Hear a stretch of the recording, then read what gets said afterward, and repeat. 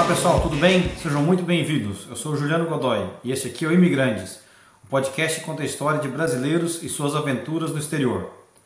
Hoje nós vamos falar sobre finanças, é isso aí mesmo, grana, din-din, bunfunfa, o que você chamar, né? Muitos imigrantes mudam para os Estados Unidos e aí não tem o conhecimento necessário, não sabe como funciona o sistema bancário, não sabe como investir, não sabe como fazer uma previdência privada, não se prepara para o futuro e com isso acaba cometendo uma série de erros que em algum momento vai cobrar um preço na vida dele.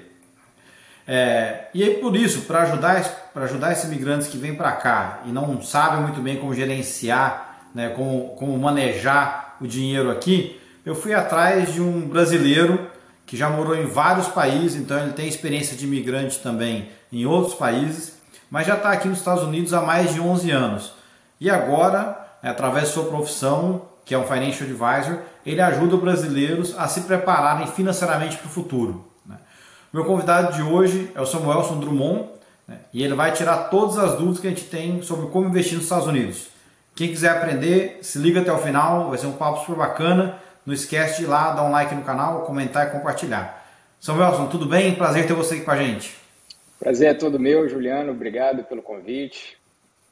E vai ser um momento muito, muito bacana. Parabéns pelo seu programa. Tenho assistido seus episódios e sempre trazem informações relevantes à comunidade. Legal, obrigado, cara. A intenção é ajudar as pessoas aqui. Mas antes da gente começar, né, acho que esse assunto é super relevante, todo mundo gosta de dinheiro, mas pouca gente gosta de falar sobre dinheiro, né? Mas antes da gente chegar lá, conta um pouquinho pra gente da sua história, para quem não conhece, para quem não te conhece, de onde você veio, como é que você chegou até aqui? Eu sou carioca de pais mineiros, então primeira geração no Rio de Janeiro. Então já tinha um pouco dessa questão da migração. Já emigrou aí já, né? Meus pais vêm de uma cidade, os dois de uma cidade muito pequena no interior de Minas, e passava uma linha de trem na cidade, a linha de trem foi desativada, então até aquela geração as coisas iam bem, depois daquilo eles tiveram que se mudar para o Rio para ter uma vida melhor, e eu cresci no Rio de Janeiro até os 21, 22 anos, fui à faculdade ali no Rio, fiz administração na UFRJ, e logo no meu primeiro período de faculdade eu já entrei para o mercado financeiro, um banco de investimento, e quando me formei fui trabalhar em São Paulo, que era o grande centro no Brasil para mercado financeiro. Em determinado momento fez sentido para mim ter uma carreira internacional. Eu brinco que eu queria fazer turismo, né? Minha mãe, com muita sabedoria, falou: não, faz administração primeiro, depois você se especializa. Mas eu encontrei uma maneira de fazer turismo dentro do mercado financeiro. Então eu tive a oportunidade de viver alguns meses na Espanha, depois Argentina, depois no Chile, voltei para o Brasil. Em 2011 eu fui expatriado para Boston, para uma instituição financeira, e desde 2017 eu estou aqui na região de Katy, no Texas, né, próximo a Houston. Legal. Então, no total, foram quantos anos de mercado financeiro? 30. Eu comecei muito cedo. 30 anos. Comecei aos 18, né? Começou com 10. Comecei com 10. Então, vocês fazem as contas aí, quanto eu tenho hoje. Comecei com 18 anos e ocupei posições diferentes, mas estou há 30 anos no mercado financeiro. Legal, experiência bacana. E como é que foi essa experiência também de imigrante em outros países, né? Você falou, acho que Argentina, Chile, né? E aqui teve algum país que você achou ser mais fácil ser imigrante, é mais difícil? Juliana, essa é uma excelente pergunta. Uma coisa que eu aprendi como imigrante é que você ser turista ou você ser morador de um país é algo totalmente diferente, né? Às vezes a gente vai para um lugar, a gente gosta muito e fala: uau, eu moraria fácil nesse lugar. E depois, morando, você vê que a adaptação ela não é tão simples assim, né? Então, Você tem que lidar com questões culturais, você tem que lidar com a distância da família, dos amigos de infância, até às vezes com a comida, né? Então, existe um processo de adaptação para cada país e a gente nunca vai encontrar aqui um paraíso, né? Sempre vão Claro. ter coisas boas, coisas não tão boas e a questão é colocar tudo aquilo numa balança, mas acho muito importante você ter uma visão realista do que esperar quando você muda, né? A gente brinca que muitas vezes a gente muda de cidade, ou muda de país por uma insatisfação que a gente vai carregar para onde a gente for, que é uma insatisfação com a gente mesmo. Então, precisa diferenciar realmente qual é a insatisfação com o país que você está vivendo, com a cidade que você está vivendo, com o estilo de vida que você está vivendo, ou se é uma insatisfação própria que você precisa resolver, né, internamente, porque a gente carrega a gente mesmo para onde a gente for, né? É, isso é verdade. Muitas vezes as pessoas acham que se mudar, né, se mudar de país, de cidade, de empresa, né, vai resolver um problema e às vezes na verdade tem que começar a mudar por dentro, né, a mudar a si próprio para resolver os problemas. É verdade. E você acha que foi ficando mais fácil com o tempo ou não? Você acha que a sua primeira mudança para fora foi mais, né, mais difícil, depois da segunda, terceira, você já não, já sei de letra, preciso fazer isso, isso e isso. Como é que foi seus aprendizados, sua adaptação nessas mudanças? Sem dúvida, o fato de ter mudado para diferentes países, à medida que você muda para o próximo, você já vai com uma bagagem, né? Mas acho que é muito mais no sentido de você ter as expectativas ajustadas, né? E agora, normalmente a pessoa não vai mudar para 4, 5 países diferentes como eu e minha esposa fizemos. Normalmente você muda para um país e tomara que dê certo. Se não dá certo, você acaba voltando para o seu país. Então, o que eu recomendo para quem está pensando ainda em migrar para os Estados Unidos é conversar com o máximo de pessoas possível, né? As pessoas têm visões diferentes, então se informar, porque grande parte, vamos dizer, das expectativas frustradas, elas podem ser feitas a partir do momento em que você já tem uma visão mais realista, se informou melhor de como é o país ou o local para onde você vai, né? E você citou a sua esposa também, como é que era a família, né, nesse processo todo? Porque eu acho que esse é um fator que sempre tem que ser pesado, né, tem que ser discutido. Não sei se tem filhos ou não, etc. Mas assim, em termos de adaptação da família, você passou por alguma discussão? Ou você falou, olha, é onde dá a oportunidade, vamos embora? A minha esposa até me relembrou como foi a nossa mudança de São Paulo para Boston. E realmente eu fiz uma reunião familiar. E meus filhos eram pequenos naquela época, tinham 5 e 7 anos. Hoje eles têm 16 e 18. Mas eu não só falei com a minha esposa, como falei com eles quando eles eram pequenininhos, né? Olha, papai está tendo essa oportunidade, o que vocês acham? E foi interessante o feedback deles, né? Eles falam, pai, se você acha que isso é o melhor para a gente vai ser feliz aqui, a gente vai ser feliz lá, e toparam a mudança. Eu pensava, sinceramente, Juliano, que a minha mudança para os Estados Unidos ia ser algo temporário. Eu fui expatriado por uma instituição financeira, um banco, e eu tinha um bom pacote nos primeiros 2 anos, com aluguel pago, com algumas mordomias, né, alguns benefícios financeiros que eu perderia depois de 2 anos. Eu tinha acabado de comprar alguns imóveis no Brasil, na planta. Eu falei, vai me ajudar a pagar esses imóveis. Também vou dar uma experiência para os meus filhos. 5, 7 anos é uma idade perfeita para você aprender uma outra língua, né? Quanto mais cedo a gente sabe, melhor para se aprender uma outra língua. Depois de 2 anos, a gente volta para o Brasil e continuamos a nossa vida. Já falando de 2011. 2011, o Brasil ainda não tinha sofrido a crise do governo Dilma, né? E os Estados Unidos estavam ali numa crise, ainda se recuperando da crise global financeira de 2008, 2009, que começou aqui, né, com a Sim. crise dos subprimes. Então, eu estava vindo para um país que estava supostamente numa crise e saindo do Brasil que não estava necessariamente indo mal. Então, eu falei, 2 anos eu volto. E em 2013, Inverteu tudo. família toda adaptada, o Brasil já numa situação ruim, os Estados Unidos saindo da crise, um país com uma capacidade de recuperação econômica muito rápida, né? E a família já estava super adaptada, ninguém queria voltar. Eu brinco que eu fui o último a me adaptar aos Estados Unidos. A gente morava em São Paulo, então tinha todo o problema de trânsito, de poluição, da violência, né? Tentaram levar o carro da minha esposa em 3 ocasiões diferentes. E aí, de repente, a gente mora numa casa e sem muro, né? Com segurança, e tudo pertinho, tudo muito prático. Então, não teve jeito de voltar, não. A gente está aqui até hoje. É.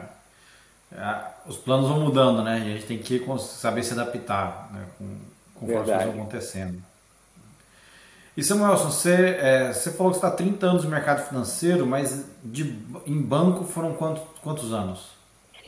Foram 25 anos em banco, 25. uma parte em banco de investimento, outra parte em banco corporativo, né?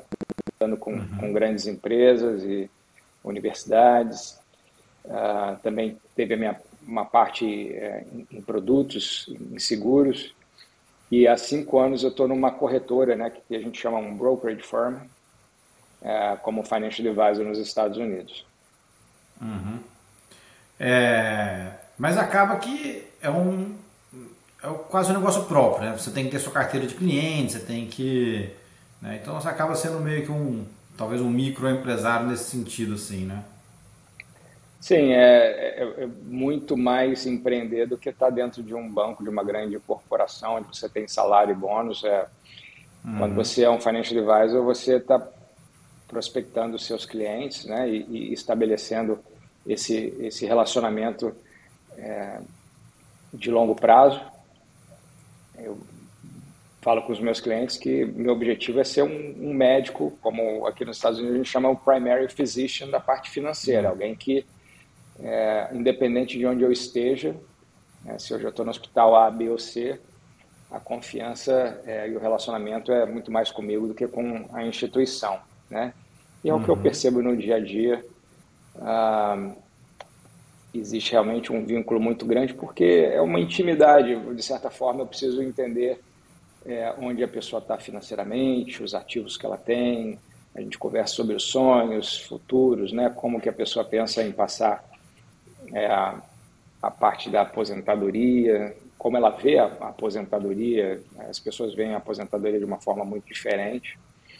E eu vou em velório, batismo, casamento, infelizmente muitas vezes divórcio, então acaba sendo uma parte da família para esses aspectos financeiros, já que a vida é muito dinâmica e cada um desses, seja o nascimento de um filho, seja o falecimento de um cônjuge, né, seja um divórcio, tudo isso tem um impacto muito grande na vida financeira e pode ser amenizado com o auxílio de um profissional nessa área, né? Vamos entrar então um pouco no detalhe dessa área financeira, né, e dar um pouco talvez tirar umas dúvidas e eliminar alguns fantasmas que as pessoas têm quando mudam para cá, né? Acho que assim, de cara, né, quando você conversa vamos focar um pouco na comunidade brasileira, tá? Quando você vê que um brasileiro muda para cá, quais são os principais erros que ele ou ela cometem? Eu vou então separar em dois grupos diferentes. Um grupo que vem transferido por uma grande corporação e o outro grupo, o segundo grupo, é um grupo que não vem através de uma multinacional. Então, o grupo que vem através de uma grande corporação, vem com visto L1, né, que é o Intercompany Transfer, aquela coisa toda, ou como um executivo. Esse grupo, normalmente, ele é muito bem orientado, principalmente na questão de como fazer a sua declaração de não residente, a parte tributária, né? O Brasil é um dos poucos países que permite você escolher entre ser tratado como um não residente ou como residente para fins tributários, né? Então, quando você sai do Brasil, você deveria fazer uma declaração de saída definitiva do país, se você decidiu não ser mais um residente fiscal no Brasil, e aí você só declara o seu imposto nos Estados Unidos, recolhe seus impostos em cima da renda que você fizer nos Estados Unidos, e você não tem mais essa obrigação no Brasil. Você simplesmente, naquela declaração, você informa quanto você ganhou até aquela parte do ano, que você esteve no Brasil, seus ativos, e você ficou aí quites com a Receita Federal do Brasil. Normalmente é o que acontece, as pessoas são bem orientadas para fazer isso, fazem a declaração de saída definitiva do Brasil, chegam nos Estados Unidos, a vida continua aqui, já vai declarar o seu imposto aqui nos Estados Unidos e a vida segue. Por exemplo, eu acabei de tirar a cidadania americana. Tirei a cidadania americana há 2 meses atrás.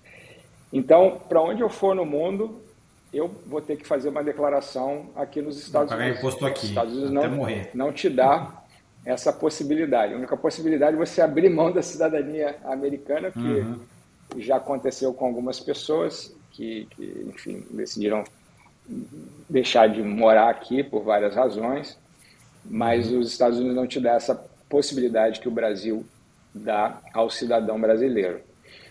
Então, normalmente, o pessoal de grande corporação sai bem orientado com relação a isso. Pessoal que vem por conta própria, nem sempre, né? Depende se tem um bom contador ou não.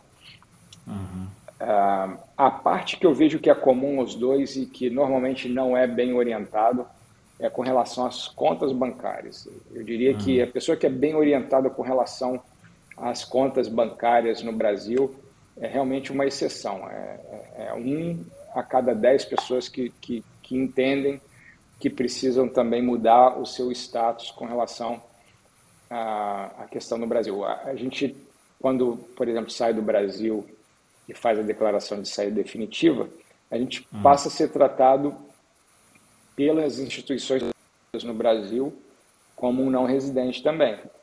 E isso tem implicações com várias instituições, né? O Banco Central Brasileiro é uma delas, a CVM, a Comissão de Valores Imobiliários, é outra delas, né? Então, a própria Receita Federal, porque o Banco Central ele está ali fiscalizando as instituições financeiras e existe um tratamento diferenciado para residentes no Brasil e não residentes no Brasil. O brasileiro que faz a saída definitiva do Brasil, ele é tratado como um gringo, tá? Ele é tratado como se fosse um americano por essas instituições. Então, por exemplo, a Comissão de Valores Imobiliários, ela determina como os fundos mútuos no Brasil são tratados, como o CDB é tratado em termos de tributação para o residente e não residente.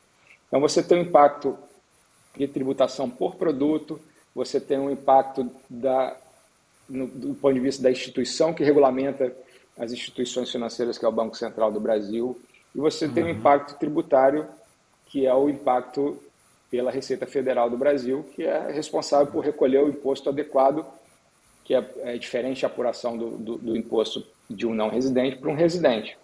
E quando você informa a instituição financeira no Brasil que você não é mais um residente, essa instituição financeira, vamos dizer, seja o Banco do Brasil, Itaú, Santander, ela, tomando ciência disso, ela vai, né, se ela agir de uma forma correta, ela vai informar o Banco Central do Brasil, e se ela dispuser da conta de domiciliado no exterior, que a gente chama de CDE, né, ele vai falar, olha, você não pode mais ter essa conta, não é a conta adequada para você, você precisa de uma conta agora diferente, que é essa conta de domiciliado no exterior.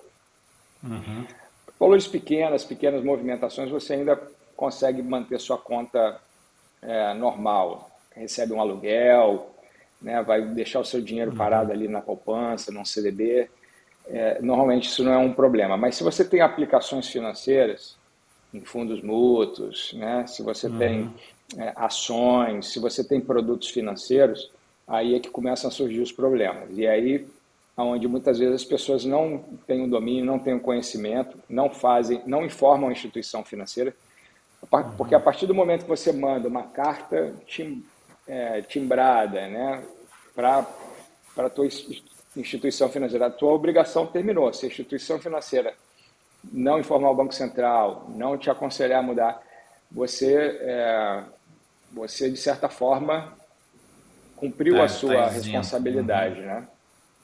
Então, é muito importante informar as instituições financeiras, onde você tem conta bancária no Brasil quando você sai.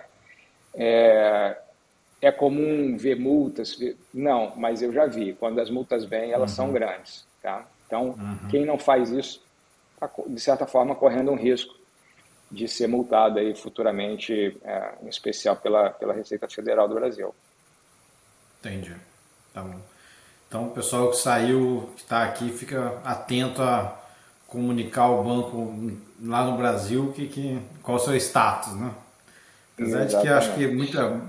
pouca gente sabe sobre isso, então acho que esse é um ponto importante. Né? Com certeza. E depois eu posso deixar meus contatos aqui. E se alguém tiver uma dúvida mais específica, as situações, como eu falei, mudam muito, né? E aí posso dar uma orientação mais direcionada.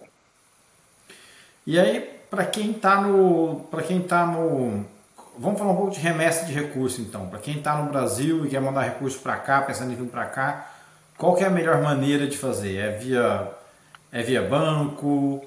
É via PayPal? Né? Qual é a melhor maneira do pessoal fazer isso? É uma excelente pergunta, muito comum também. Eu diria que para pequenos valores você pode fazer por um aplicativo, né? Cada aplicativo tem seus limites, mas eu vou dizer ali que num range de 5 a 10 mil dólares por ano, a maneira mais barata e mais prática é via um aplicativo, né? E tem vários aí que, que, que se usa, né?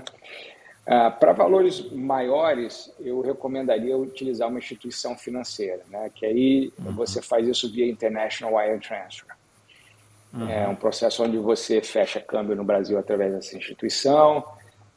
Existe, obviamente, a cobrança do IOF, existem algumas taxas, mas os próprios aplicativos eles te impõem determinados limites e após, eu acredito que hoje gira em torno de 10 mil dólares, daí você só vai conseguir fazer isso através de um banco, né? A maioria das vezes valores maiores, 50, 100 mil dólares, até pela própria segurança, né? Tem várias instituições que, todos os bancos oferecem isso, né? Algumas corretoras também podem fazer isso para você.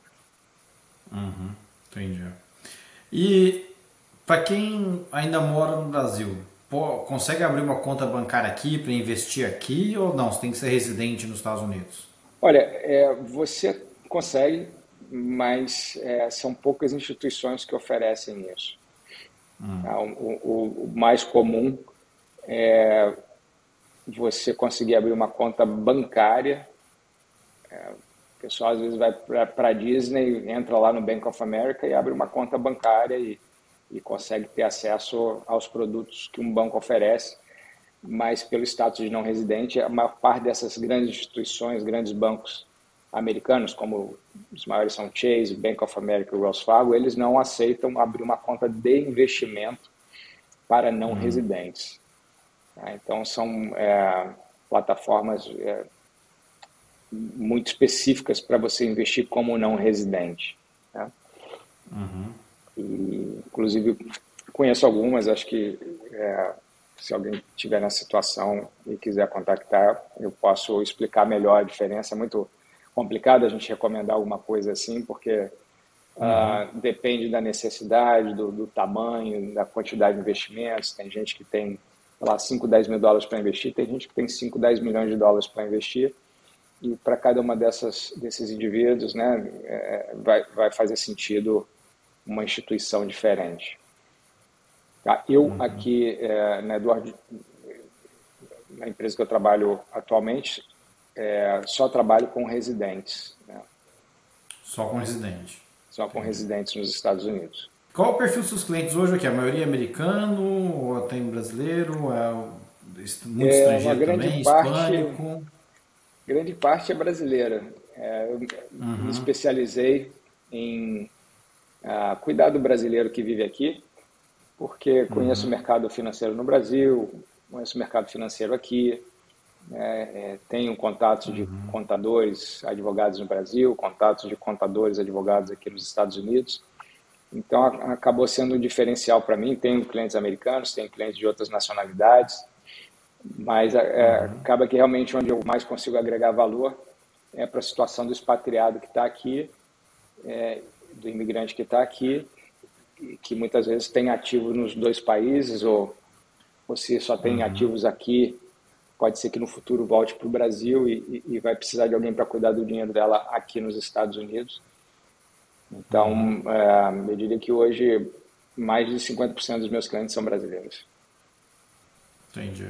Legal. E Samuel, por que é importante, então, procurar um financial advisor para investir? Qual que talvez eu falar um pouco do papel do financial advisor.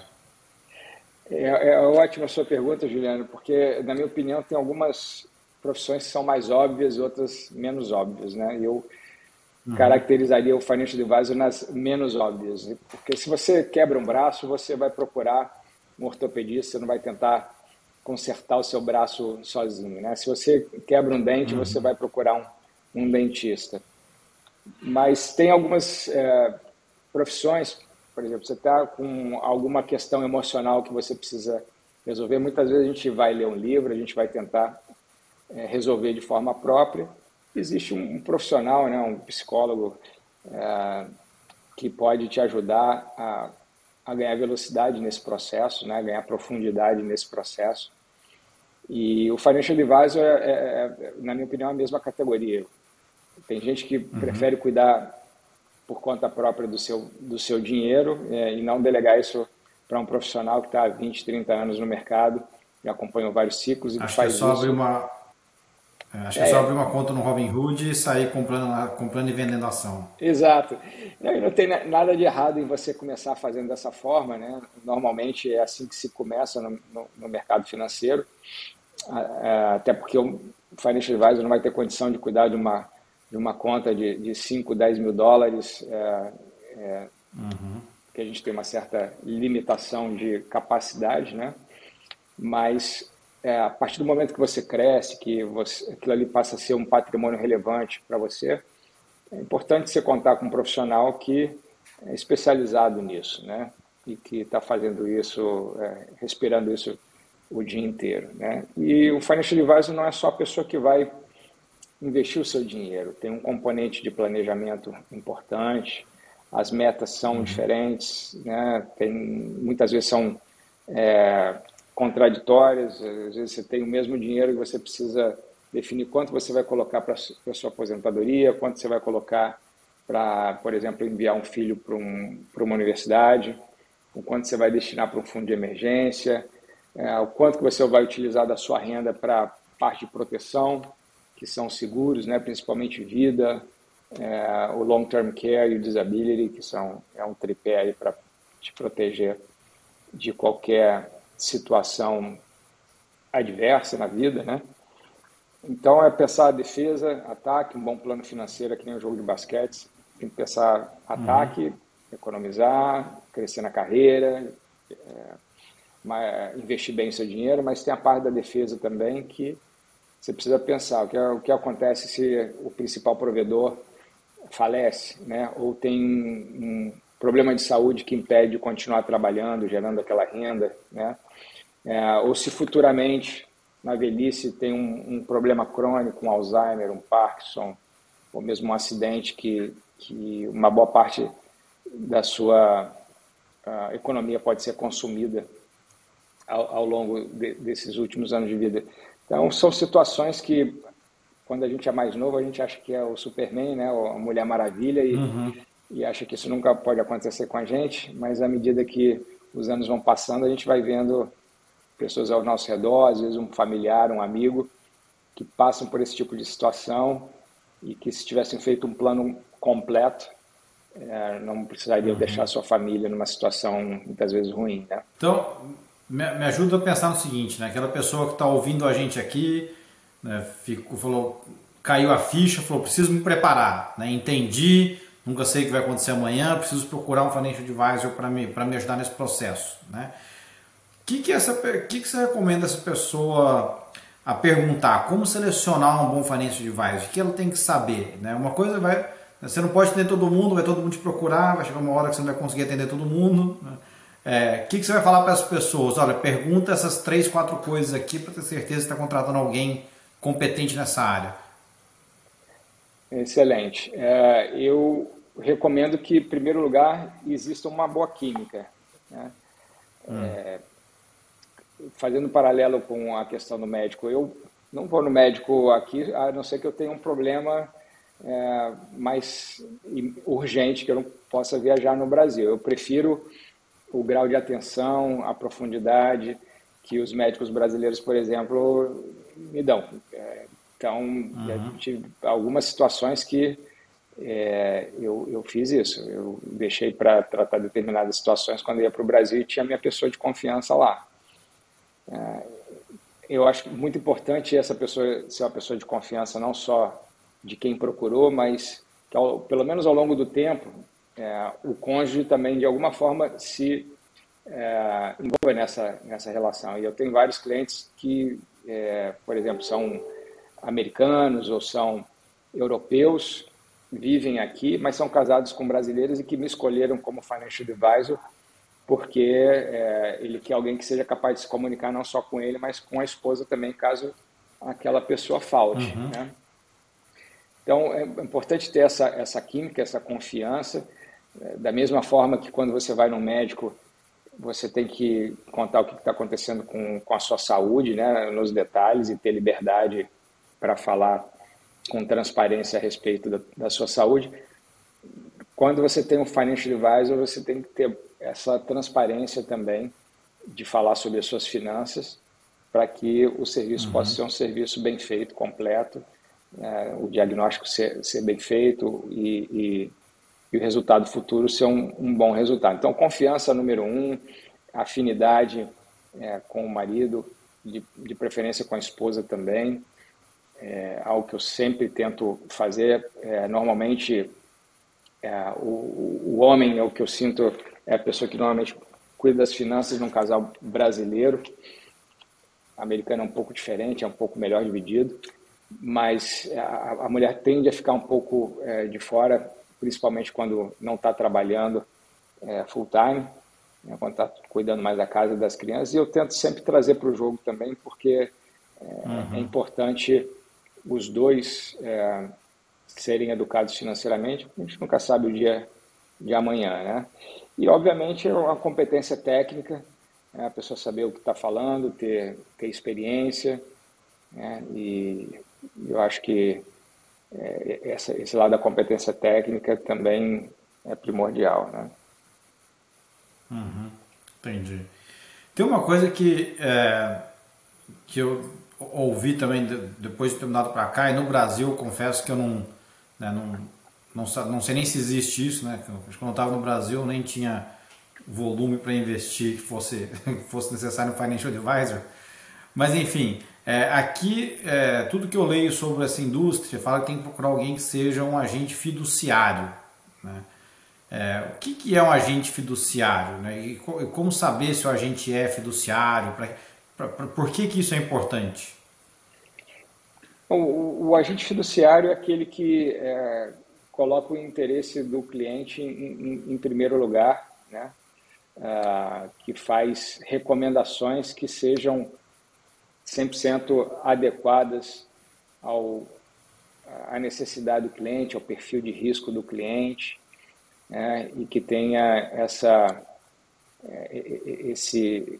vamos dizer, esse carimbo, né? Então, é importante você perguntar para o teu financial advisor, né? Se existe, se ele é um fiduciário. Existem determinadas contas que não necessariamente são contas que você tem uma responsabilidade fiduciária sobre ela. né? Contas de trading de pessoas que pagam toda vez que compram e vendem determinados ativos. E normalmente as contas administradas, que é aquela conta que você paga o FII mensal sobre os ativos sob gestão, são contas onde você tem uma responsabilidade fiduciária em cima dessa conta. Então, basta apenas perguntar, olha, você é um agente fiduciário nessa conta, e aí o teu financial advisor vai te responder. É uma maneira de evitar conflito de interesse também, É né? uma maneira de evitar Do financial advisor conflito de interesse. não tentar te colocar alguma coisa que não está adequada ao seu perfil, né? Eu diria o seguinte, as pessoas que não buscam o benefício do cliente em primeiro lugar têm uma vida curta nesse mercado, né? Não tem como você, acho que como eles dizem, você pode mentir para muitas pessoas por pouco tempo ou para poucas pessoas por muito tempo, mas não dá para mentir para muitas pessoas por muito tempo. Então, o próprio mercado ele se incumbe de eliminar profissionais que não estão atuando de uma forma ética, de uma forma íntegra, visando o melhor interesse dos clientes. Mas, de certa forma, você não quer ter uma primeira experiência com um financial advisor que não está prezando pelo teu melhor interesse. E aí é importante abrir o parênteses, né, de que muitas vezes, por exemplo, quem começou um relacionamento com financial advisor no início de 2022 teve uma experiência muito ruim, que 2022 foi o pior ano desde 2008 em termos de desempenho da Bolsa Americana, né? Então, o fato de você começar no momento onde o mercado não está ajudando, né? Ano passado o S&P caiu 18%, né? Que é o principal indicador da Bolsa Americana, equivalente ao que seria o Ibovespa no Brasil. O Nasdaq, que é médias empresas de tecnologia, caiu 33%. Dependendo do que você olhar em termos de renda fixa, Treasury de 10 anos caiu 16%. A média de US Corporate aqui nos Estados Unidos caiu quase 13%, 12,9% no ano. Então, foi um ano ruim para praticamente todas as classes de ativos, menos petróleo, né?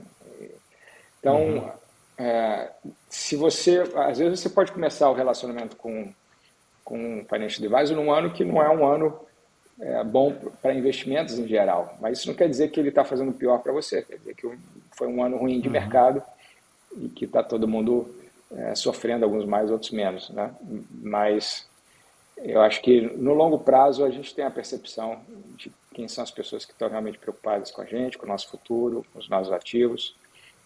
É importante só para o investidor que está começando agora no mercado financeiro saber diferenciar que um financial advisor não necessariamente vai ter uma performance acima do mercado ou positiva todos os anos, né? Que a gente depende dos mercados financeiros também para performar, e que medir performance num período de tempo pequeno, como um ano, não é a melhor maneira de você selecionar o seu financial advisor. Sim, sim.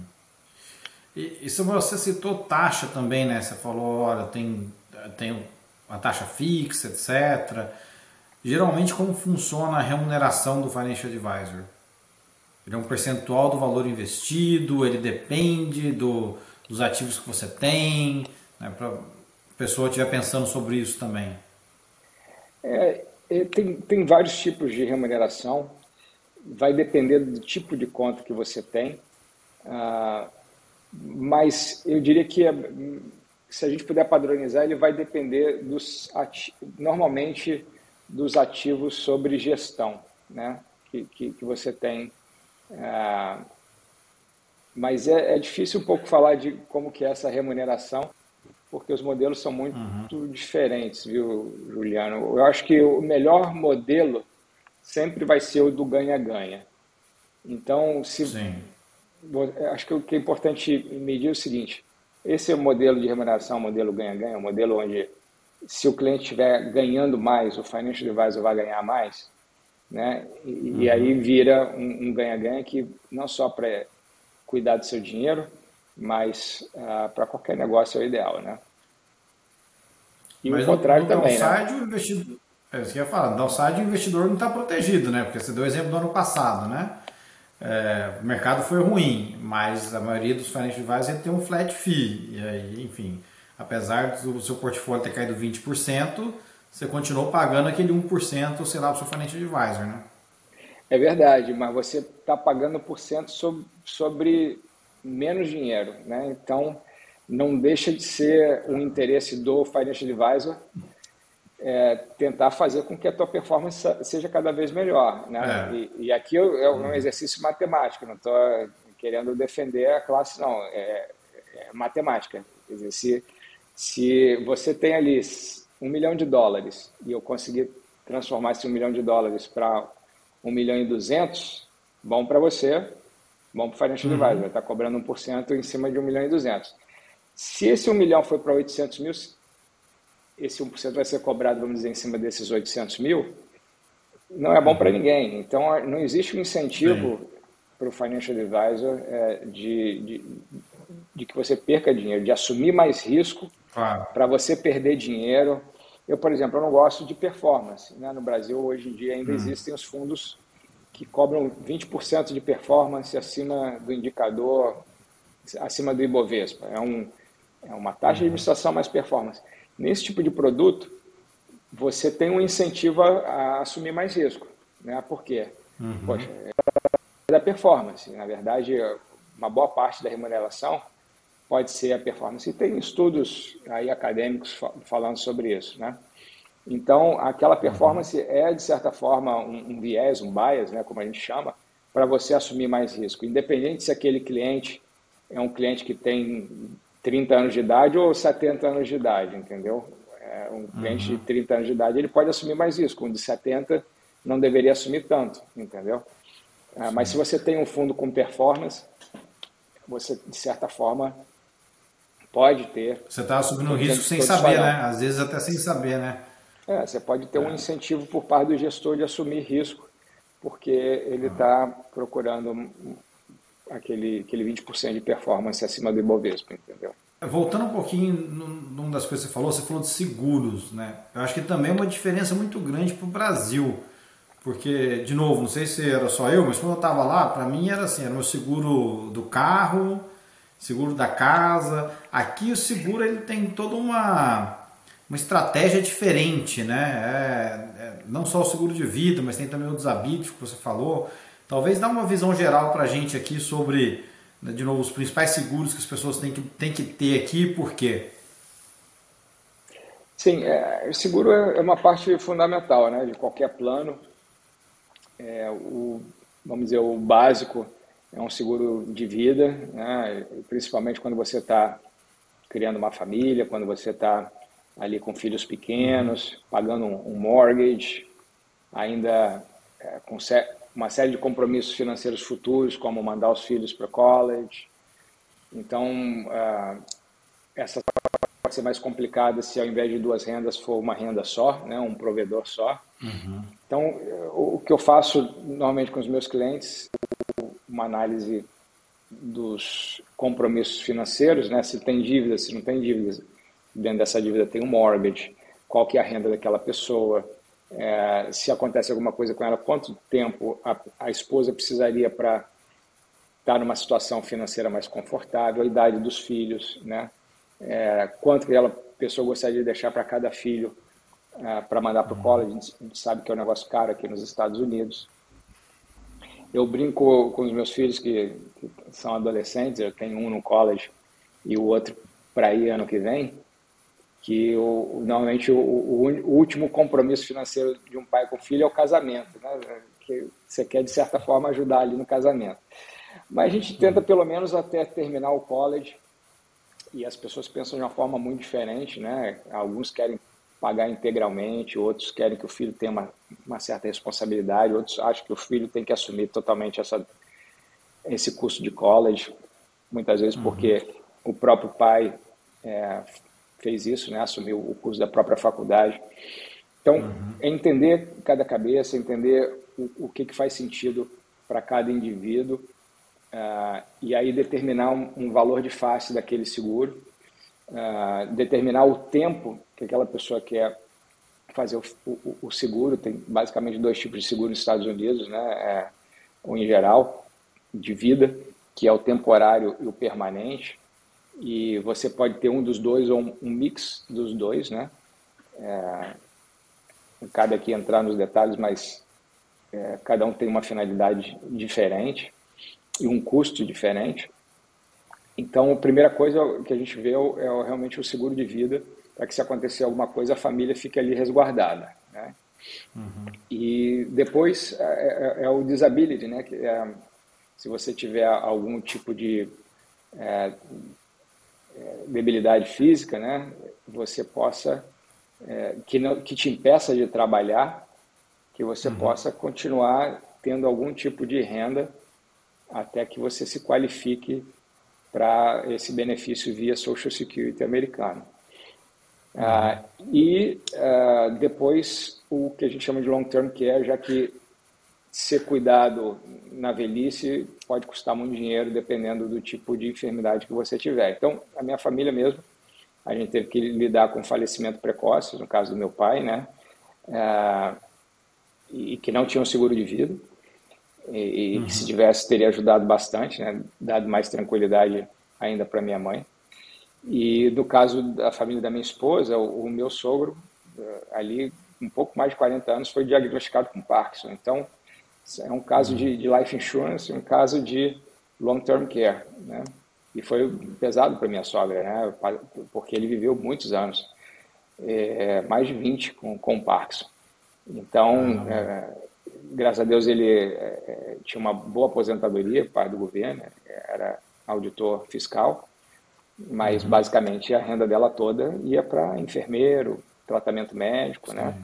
E existem formas de você se precaver desse risco aí, mitigar esse risco. Entendi, legal. E acho que uma outra coisa também que é bem diferente do Brasil, comparando para os Estados Unidos, é a aposentadoria, né? No Brasil tem o INSS, aqui talvez tenha o Social Security, que seja talvez equivalente, mas também, tal qual no Brasil, se você não tiver algo próprio, né, algo que você fez, a sua velhice vai ser muito mais complicada, né? Vamos dizer assim. Talvez eu falar um pouquinho então de aposentadoria, sobre como é a aposentadoria, e aí até para dividir um erro que eu cometi aqui, né? Quando eu vim para cá e comecei a trabalhar, tinha que vinha lá o formulário para se cadastrar no 401k, né? Que é a aposentadoria aqui, etc. E eu falei, mais ou menos como você, né? Eu falei, vou ficar aqui 2 anos só, depois eu vou embora, então eu não vou fazer isso não, deixa eu pegar tudo em salário. E 10 anos depois estou aqui, né? Então eu deixei de investir na minha aposentadoria, né? um ano, 2 anos, etc. Que deve ser um erro, né? Tomara que não seja comum, mas acho que algumas pessoas devem cometer também. Então dá umas dicas aí de aposentadoria para o pessoal. Com certeza, com certeza. Primeiro falar da parte pública, né? Seguridade Social. Então, no Brasil, o equivalente ao INSS, aqui seria o Social Security americano, né? Quando você recebe um salário aqui nos Estados Unidos, seja de uma corporação, seja o teu próprio negócio, onde você tem um salário, existe um pedaço desse salário que vai, como no Brasil vai para o INSS, aqui vai para o Social Security para te dar uma aposentadoria no futuro, para te proteger também do disability, né? E também uma outra parte para te cobrir a parte de desemprego. Então, se você está aqui nos Estados Unidos há mais de 10 anos contribuindo para a Social Security, na verdade são 40 créditos, equivalente a mais ou menos 10 anos, você já tem direito a alguma coisa de aposentadoria. Tá? A regra aqui nos Estados Unidos é bem diferente no Brasil, o modelo público é bem diferente do Brasil. Então, a primeira regrinha que tem aqui você fez 10 anos de recolhimento desses benefícios, você vai ter já alguma coisa de aposentadoria. Quando? A partir dos 62 anos de idade.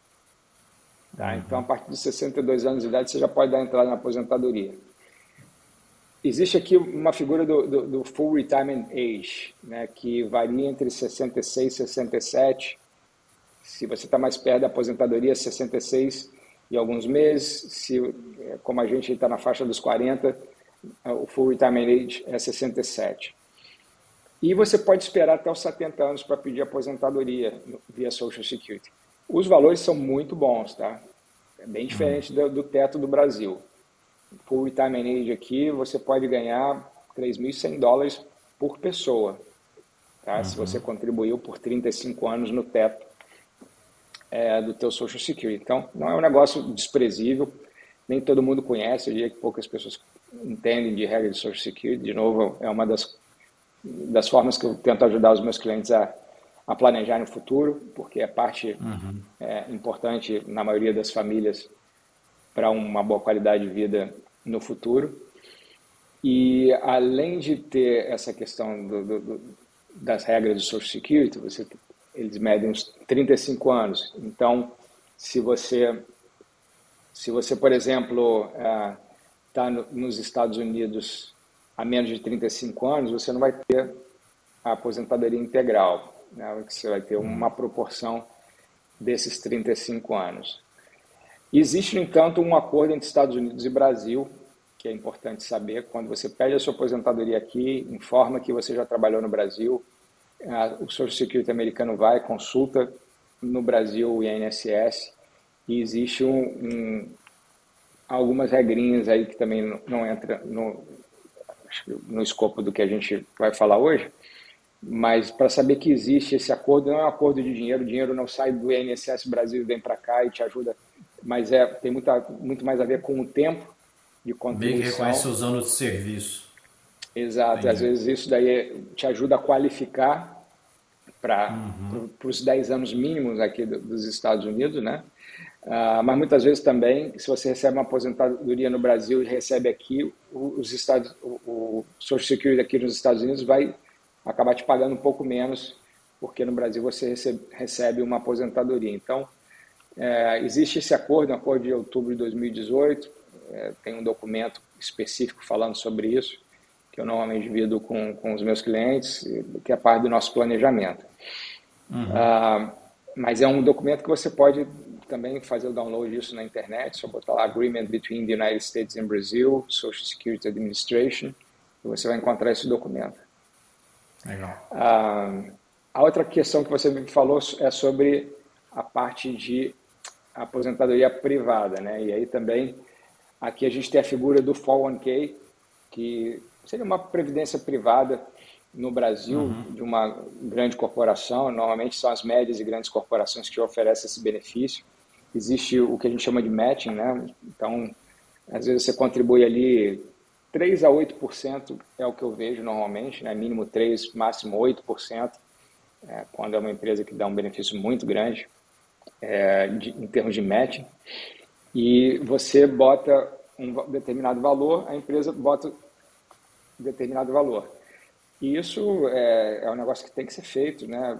Você não faz, você está deixando o dinheiro em cima da mesa, como você ter uma rentabilidade de 100% imediatamente. Você botou $300 ali naquele mês, a empresa botou 300, agora você tem 600 e esse dinheiro é seu. A maior parte dos planos te dão aquele recurso imediatamente, o que a gente chama de vested, né?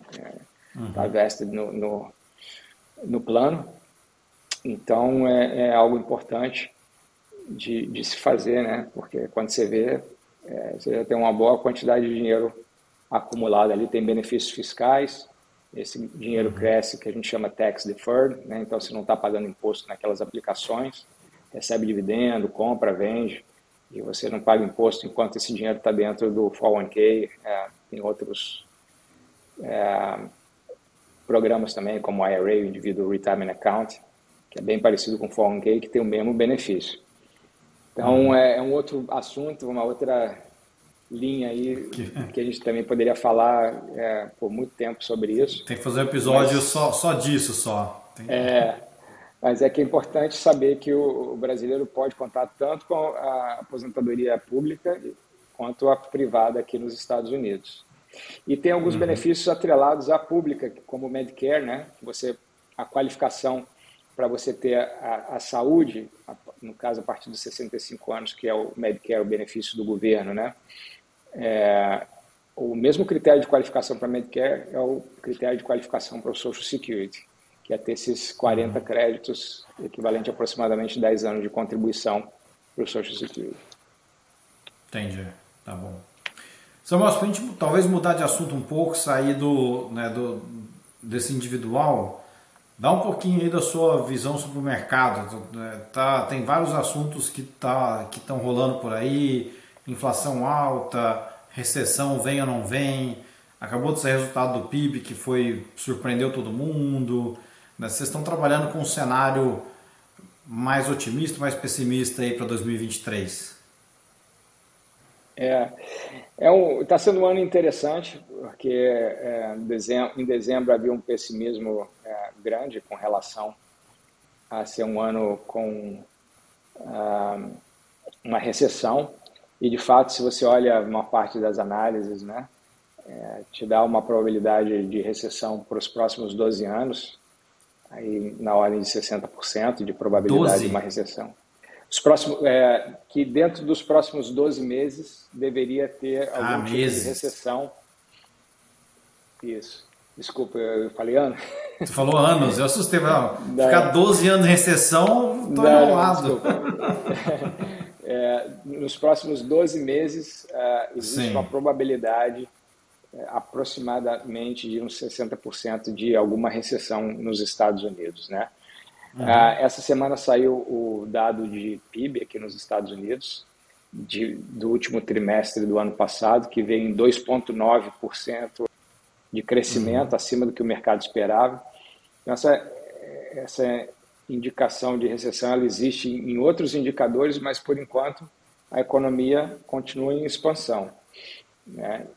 E a gente, na verdade, não sabe o que vai ser o dia de amanhã, mas acho que a gente tem que estar preparado para todos os cenários. E nesse momento, mais do que tudo, eu tenho pedido aos meus clientes que tenham um fundo de emergência, né, que é aquele fundo que, se tiver algum tipo de imprevisto na tua situação financeira, você vai ter um dinheiro estável, um dinheiro que não vai estar exposto à volatilidade de mercado. E acho que quem está com dinheiro de aposentadoria, mais de longo prazo, pode correr mais risco, mas você quer ter um dinheiro de curto prazo, a gente não sabe o dia de amanhã, pode ser uma perda de emprego, né? Pode ser mesmo alguma crise financeira, e é importante ter um colchão. O que você recomenda como esse fundo de emergência? 3 meses de despesa, 6, 1 ano? 3 a 6 meses é o padrão que a gente trabalha, 6 meses é a média, né? 3 meses, se você está muito confiante que o teu trabalho é um trabalho estável, não tem nenhum risco de demissão. Mas a gente procura individualizar essa análise, né? Então, avaliar a sua segurança no trabalho, se você tem um mortgage, né, ou outros compromissos financeiros. Quanto maior a instabilidade da sua receita e quanto maior o seu endividamento, maior deveria ser o seu fundo de emergência. Entendi. Bacana, Samuelson, acho que a gente tocou em vários assuntos aqui super interessantes, né? Dá para aprofundar bastante, mas também quero respeitar o teu tempo aqui.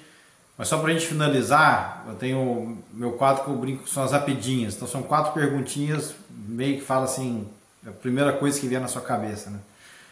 Nesse tempo todo você está fora do Brasil, né? Seja Argentina, Chile, Espanha, aqui. O que você mais sente falta do Brasil? Família e amigos, essa é fácil. Você está com 90% dos meus entrevistados. E o que você descobriu aqui que agora você não vive sem? O que mais me chama a atenção dos Estados Unidos é o aspecto da segurança. Segurança física e também maior estabilidade econômica. Tá bom, está com 95% dos entrevistados. Pois é, eu tô meio sem graça, né? Não, porque realmente a questão de segurança é uma diferença muito gritante no Brasil, né? Assim, de novo, faz tempo que eu tô fora, você também, mas a gente ouve histórias de não poder andar com o celular na mão, né, de levar carro, etc. Então, realmente, a parte de segurança, que deveria ser meio que um direito básico, né? O direito básico de ir e vir para qualquer lugar, né? E, infelizmente, Os Estados no Brasil, Unidos a gente não está longe consegue. de ser perfeito, mas Sim. eu vivi só em cidade grande no Brasil, né? Rio e São Paulo. Então, além de ter passado por várias histórias, eu escuto várias histórias. É muito difícil imaginar, por exemplo, é um negócio que a gente nem pensa. Se o seu celular toca na rua, você pega e atende, né? Deve ser Sim. Uhum. uma sensação estranha hoje. Você fala, posso atender? Não posso atender? Posso usar o celular Dá aquela como... olhadinha assim, né? Exato. E a minha terceira pergunta eu vou mudar ela um pouquinho, né? Geralmente eu pergunto o conselho que você daria para empreender, mas eu quero que você dê um conselho para quem quer investir nos Estados Unidos. Quem está começando, né, seja quem está aqui ou quem ouviu esse episódio, tomou a decisão de que, olha, preciso pensar no futuro, preciso investir. Que conselho que você daria, além de, obviamente, ligar para você e virar seu cliente? Eu acho que constância e paciência, porque os melhores investidores, eles são constantes, eles estão ali sempre economizando, fazendo um pé de meia ao longo da vida, e eles são pacientes, não vão atrás de qualquer modinha que passa por aí, né? Como diz Warren Buffett, a regra número um para você ficar rico é não perder o dinheiro que você já ganhou, né? Então, eu já vi isso em várias modinhas passarem, criptomoeda, empresa de maconha e várias coisas que caíram 80%, 90%, né? Não dá então Empresas para que a gente chama ficar. as meme stocks, empresas que já É, quebraram, né? Ou que, enfim, teve algum tipo de manipulação de mercado e o cliente entrou ali na máxima e hoje está perdendo muito dinheiro. sim. Então é isso aí, Pô, não dá constância e então para paciência. ficar. Não dá para ficar milionário seguindo aqueles 10 passos daquele curso que eu comprei na internet, então é isso? Eu gastei dinheiro à toa? Pô, sacanagem. Olha, eu não sei qual é o curso, viu? Mas eu acho que muita gente hoje em dia, infelizmente, compra um curso na internet e acha que está preparado para investir. É um assunto muito mais complexo. Eu falo que, na teoria, finanças é muito simples. São três linhas: receita, despesa e investimento. A linha de receita, você está sempre trabalhando para ser um melhor profissional, uma melhor pessoa e ganhar mais. Manter as despesas sob controle, que a gente tem essa tendência de ganhar mais e gastar mais, ficar na corrida do rato. E tem a terceira, que também às vezes você pode fazer as duas bem feitas, sobrar dinheiro, mas às vezes você investe mal esse dinheiro, né? Então, na É. teoria, é muito simples, mas na prática tem outras complexidades, tem as nossas emoções que muitas vezes jogam contra, né? Tem uma linha aí que é psicologia do comportamento econômico, que tentando traduzir aqui behavior science, mas É. tem que fala Ciência muita coisa. comportamental. É. Muito, e isso é muito novo e existem vários viés que a gente tem e que muitas vezes prejudicam o nosso retorno de longo prazo, porque não é algo muitas vezes natural. Você vê o mercado A gente nem caindo percebe, né? 35%, como foi ali março de 2020, fala, uau, isso é uma oportunidade de investir, entendeu? Não, a nossa tendência é entrar em pânico e vender tudo e aí a gente perde a recuperação. Então, tem várias questões que jogam contra. Eu sou um pouco cético em relação a essa questão, né? Você vai lá, compra um curso de internet que te ensinou a investir e vai dar tudo certo. Eu acho que é um assunto mais complexo. Bom, e aí, entrando então, acho que esse é um bom gancho para a última pergunta, né? Se tem algum filme, ou um livro, ou um podcast que você recomendaria para quem está ouvindo esse podcast? Livro, bom, dentro dessa área de finanças, eu vou falar um que normalmente não é o que o pessoal fala. Eu tenho um livro muito interessante chamado The Millionaire Next Door, aqui nos Estados Unidos, o Meu Vizinho Milionário. Acho que chama O Milionário E Mora ao Lado no Brasil. pronto, esse daí é um livro que vai te ajudar bastante a entender, porque acho que de certa forma no Brasil a gente é criado para ou ser funcionário público ou então ter um bom emprego. E o jogo aqui nos Estados Unidos é um jogo de empreendedorismo. As pessoas melhores remuneradas são as pessoas que conseguem fazer um negócio dar certo aqui.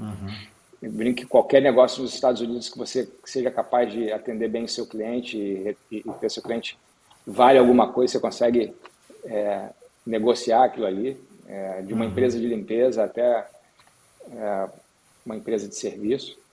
Então, tem muito valor ser empreendedor aqui. Eu acho que isso está mudando no Brasil, mas de maneira geral, pelo menos a minha geração foi ensinada, olha, a melhor coisa, se você é um cara muito inteligente, vai, estuda para um concurso público, vai ganhar 30, 40, 50 mil reais por mês, com estabilidade, ou então vai trabalhar para uma grande multinacional, e aqui o jogo é um pouco diferente. Legal, esse é um bom livro. Eu li ele há uns 20 anos atrás. Mas é atual, né? Ele é atual ainda. Muito atual. Legal. Samuelson, obrigado, cara. Adorei o papo.